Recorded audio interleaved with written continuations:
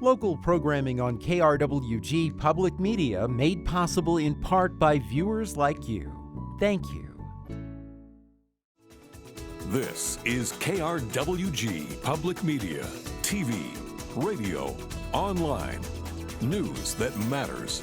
Now, across the Mesilla Valley and the borderland, the stories that shape our community.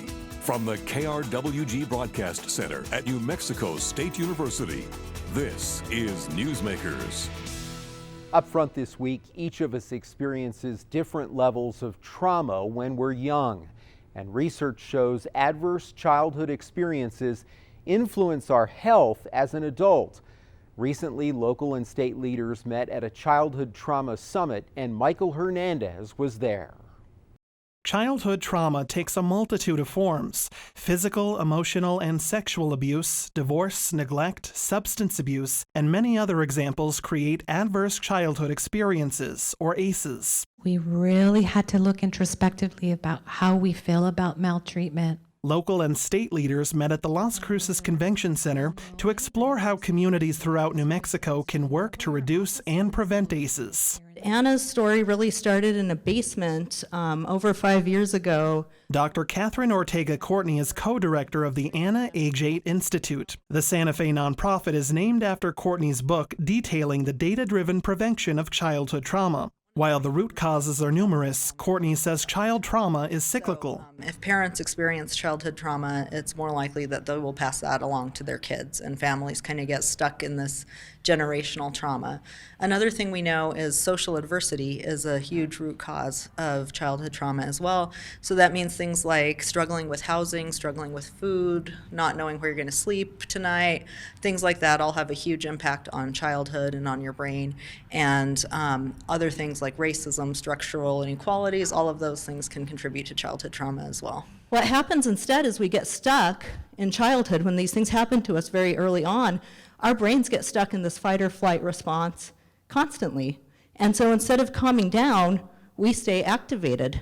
A landmark 1998 study by the CDC and Kaiser Permanente first described how early adversity impacts lifelong health and leads to increased risks for chronic diseases, risky behaviors, and socioeconomic challenges. More recently, a 2019 CDC report found that 6 in 10 adults studied experienced at least one ACE, and 1 in 6 have had 4 or more. Courtney says the more trauma children experience, the more negative outcomes they're likely to face as adults. And those can be things like substance abuse, failing in school, incarceration, crime, pretty much every negative outcome that people want to prevent. In New Mexico, things we struggle with a lot, like substance abuse, lack of jobs, unemployment, struggling parents, involvement in the child welfare system, all of those things are highly related to adverse childhood experiences. And it was very changing for me. My ACEs score is a 1. My parents got divorced.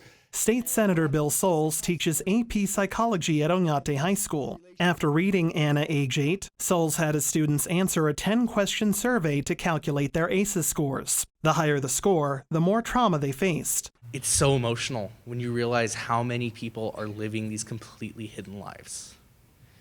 And it's kind of horrifying, frankly.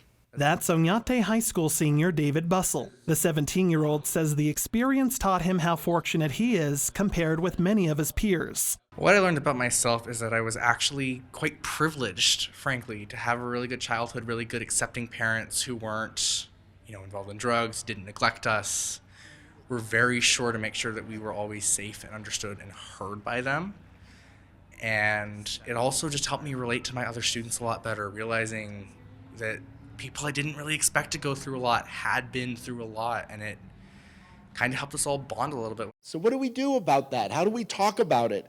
And so it became me trying to comfort them a bit that first, ACEs are not destiny.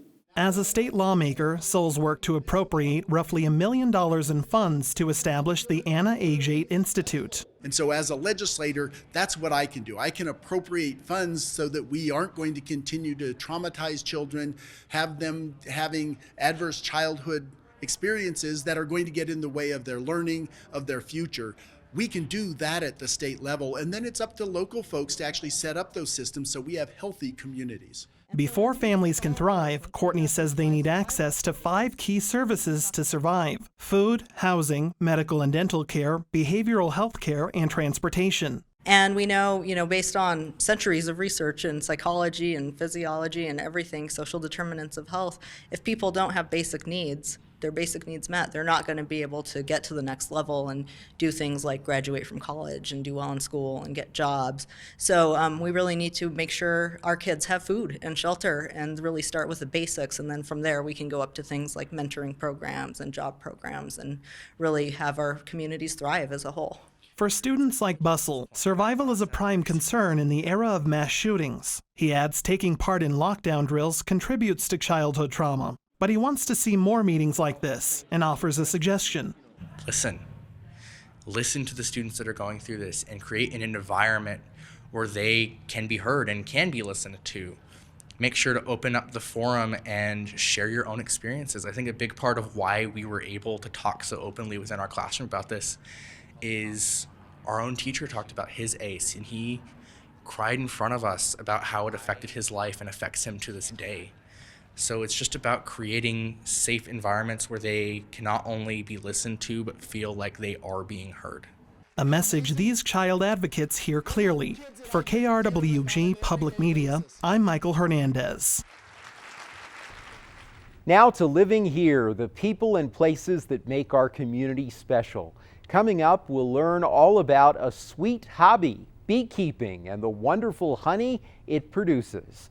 But first, we're fortunate to have a wide variety of wonderful museums in the borderland, and recently Living Here visited the El Paso Museum of Archaeology.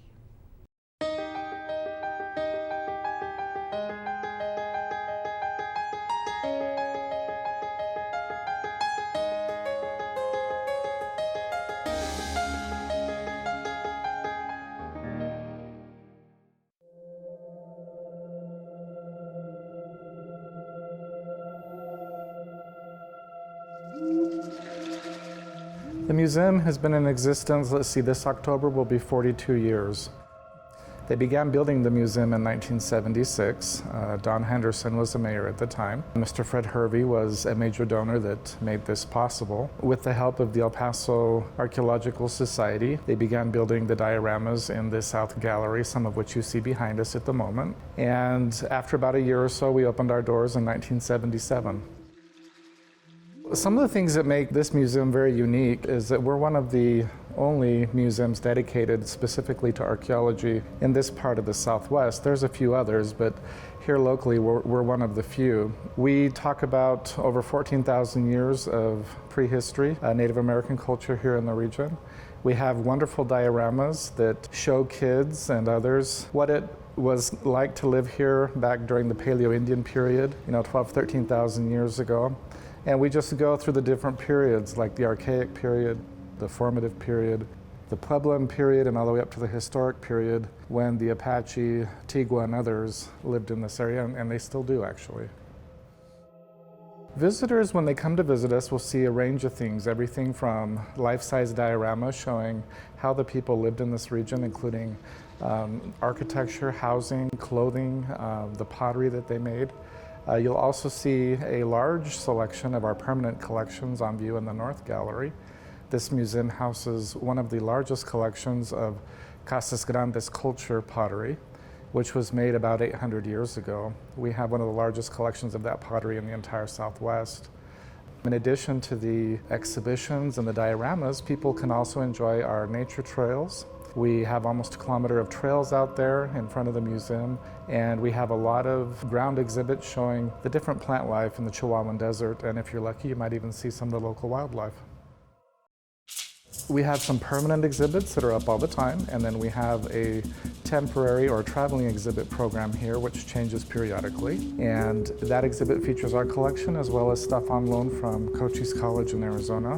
We just opened up some exhibits featuring local prehistory. One is called In the Language of Stone, the rock art of the Jornada Mogollon, and also we have another one featuring the Jornada Mogollon as an ancient borderland area where they live.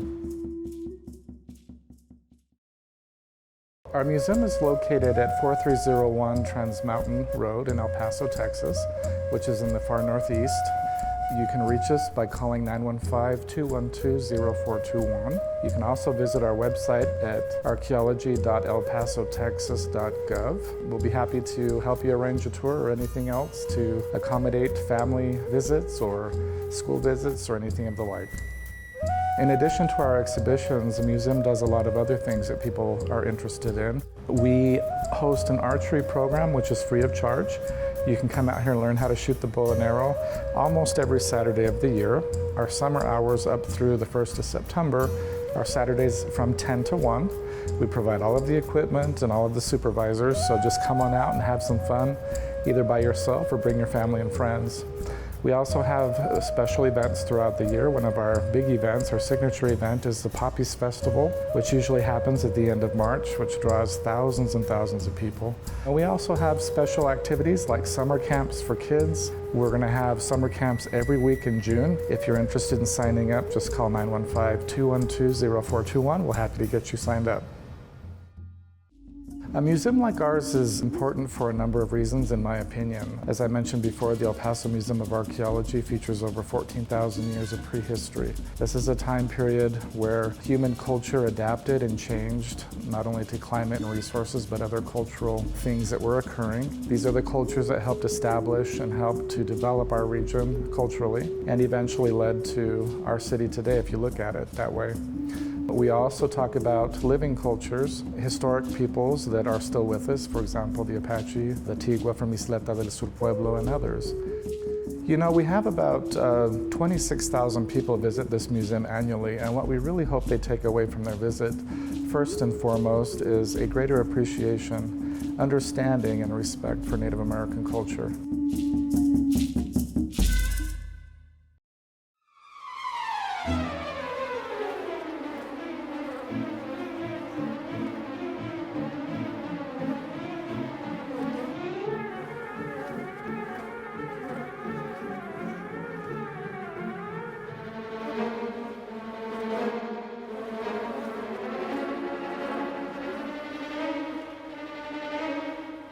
I had some bees move into my wall at my house, so a friend came and removed them and put them in a hive for me, which got me started in beekeeping.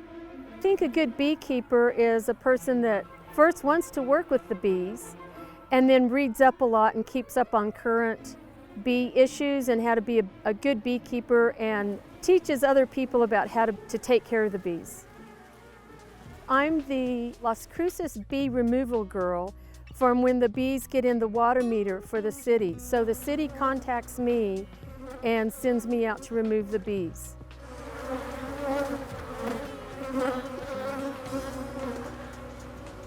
For bees to make their honey, they forage out 3 miles from their hive to bring in pollen and nectar to make honeycomb to raise the brood, which is the babies. And all the workers are girls, and so I call them the working girls. You know, it's just a yearly process thing for the girls, and that's what we do, look after the girls. People could do a little bit more for the bees would be to plant more bee-friendly flowers in their yard and also not use pesticide. Another good thing to do is at wintertime, the bees will forage out on a nice sunny day. If you leave the dead flowers there, the bees will come and pull out the pollen and take it back to the hive. So that could be a reason people could go out and say they don't want to work in their yard in the fall. They have to leave the flowers for the bees in the winter. This hive right back here, which I call Elaine's Girls, I got from the city water meter, and they're doing just fine, and they're going to be successful at producing honey and foraging and pollinating plants and flowers. Well, we need bees to pollinate our squash and apples and blueberries, and if we don't have the bees, we're not eating very much. And then we won't get honey, and honey is such a delicious addition to when you're adding it to fruit or putting it in your tea or coffee. This is the top bar that is shaped of the hive that the bees worked in. And this probably took them about 2 weeks to do. And this is how they pay rent for having me keep their beehive safe. So to process the honey, we do what we call scoring. And you take it at the bottom and you let the honey drain.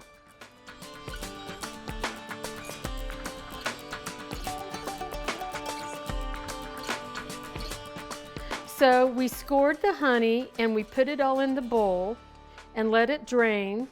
And here we have the honey that's just drained from the smashed up honeycomb.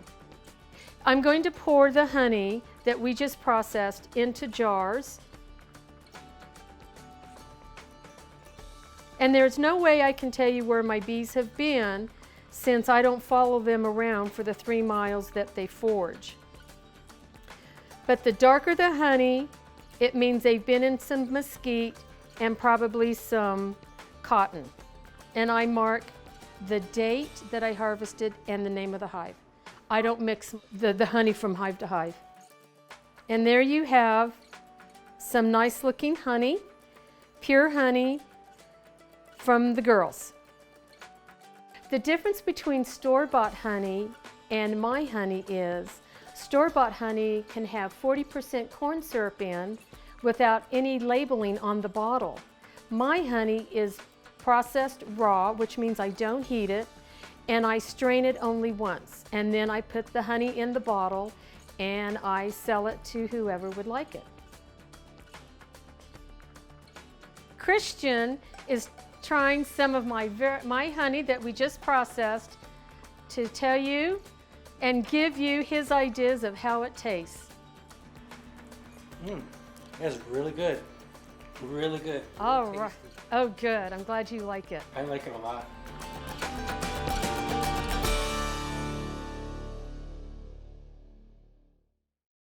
Lost or stolen identification is a commonly reported problem in the homeless community.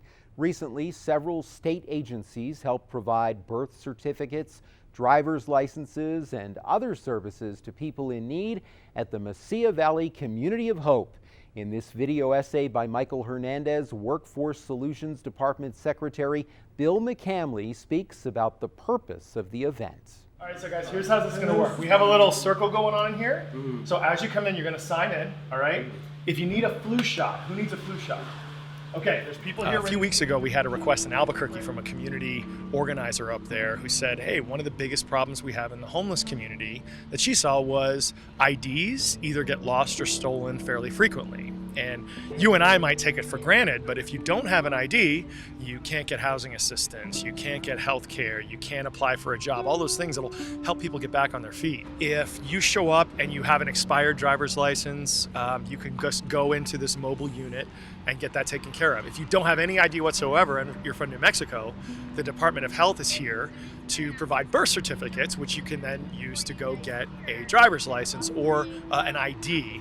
They're also here providing flu shots, and then our department, Workforce Solutions, is here with our mobile resources to help people, once they get their IDs, get into our job system, print out resumes, do some interview skills, so we can get these folks the services they need to get back on their feet. My name is Angelica Torres, and I'm originally from Deming, New Mexico. And Angelica, how old are you? I'm 18. Well, a little bit about my story is me and my mom have been bouncing around from place to place for a solid, I want to say 5 or 6 years now. So it's always been really, really hard for me to get the things I need. I came today to get my ID. It's been very difficult for me to get it because of how much I've been bouncing around. I'm never in one place long enough to get the mail that I need, and say that if I was, I still couldn't, because to get those certain things that I would need to get my ID, I need my ID to get them in the first place. So it's just a constant circle that never ends. Well, right now I'm currently living with my mom again. We finally have our own apartment, so we're trying to get back on our feet. But we're currently living off of Social Security, her disability, and things like that. It's not the best per se, but it'll do considering our situation. Then you're gonna go and get your birth certificate. We're covering it, so there's no money that you guys need at all today, okay? I'm Ivan Galvez, and I'm 22 years old. And where are you from? I'm from Las Cruces, currently, but originally I am from Compton, California. I was kicked out at 17 by my mother-in-law. Well, not my mother, but my foster mother. And I've been homeless ever since. And then I met my wife and then her family, and then we eventually just moved down here. I was shot when I was 15. So I decided to get out of the city and come to a pleasant neighborhood that is Las Cruces. Yes, when I was trying to apply for unemployment, I didn't have a current ID, I didn't have a birth certificate, and I couldn't do anything. I had to come with my own means to figure out how to get the ID and my birth certificate, and I couldn't. So I gave up on it. Sabrina Acuna, and I'm from Las Cruces. I ended up homeless, and all my stuff was it's been scattered, either thrown in the trash or I just didn't have it anymore. Well, now I'm staying with an aunt, and until I get on my feet and get my own place. Yeah, well, you can't even get a hotel room without an ID. You can't get a job without an ID, and it's been pretty tough to even come up with the $10 to get a birth certificate. So now that I have a birth certificate, I should be able to get my ID. If they can, what they'll do is... What about Social Security? We don't have that. These things can happen to any of us, and I think it's really, really important for us to understand that everybody in our community is our neighbor, and they deserve our compassion, they deserve our help, and it's the role of jobs like ours, and the governor is really passionate about this, to help them solve their problems and meet them where they're at, and that's what we're doing today. Now I can go to school and I can get a job, and eventually I'll get my driver's license and I'll have a car, so that helps me a lot. Oh, it's a great thing, and I'm very thankful that these guys were able to help me out, because without my ID, I'm constantly just trying to find a job that'll let me without actually having it for now. And to be able to finally have it and finally be able to go get a job so I can help out my mom and help out at home and with my family and things that they need, or anyone else that was in my situation just bouncing around, that I can help them out so nobody has to go through what I did. Oh man, it's one of the greatest things that I've noticed that the community has done for everyone here. It's more beneficial for not just us, but for the community to know that there are still people willing to help, the homeless and help people that are in need. So what we're going to do is, when we head back to our offices, we're going to call everyone and really get reports. What worked, what didn't, what did we anticipate that we did well, what didn't we anticipate that we need to improve on, and see if we can build a system that we can then bring to other parts of the state with homeless populations that might need the help, and possibly even come back here. I mean, obviously there was shown to be a need, so we'll work with Nicole and figure out what the best way to move forward is.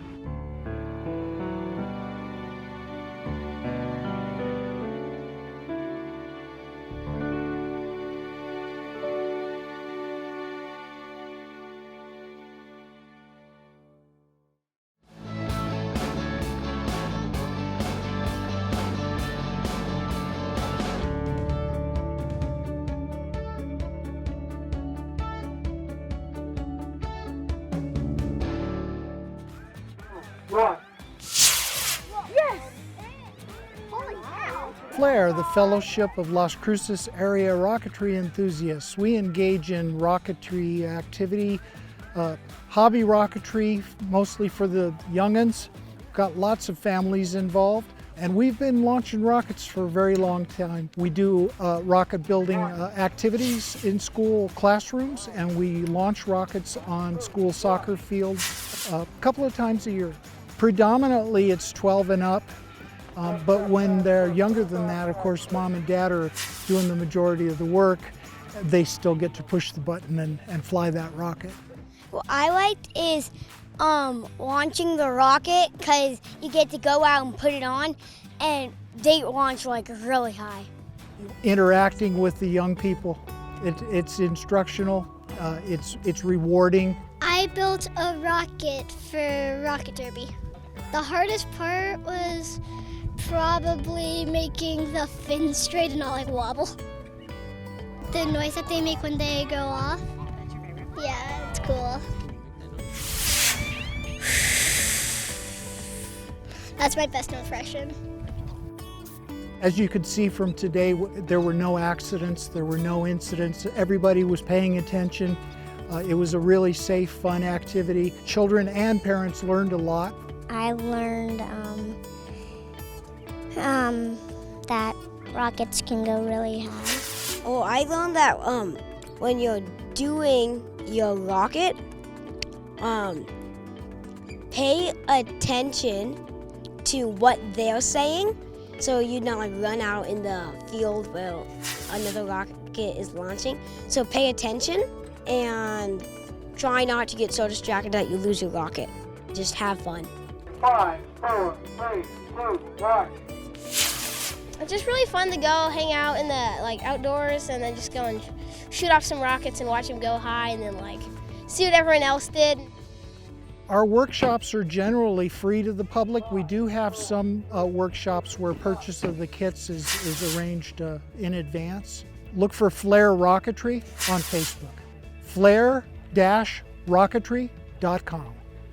We do launch out here at the City Waterfalls drainage basin. Anyone is welcome to come out and fly rockets with us or just come out and watch. Everyone's always welcome.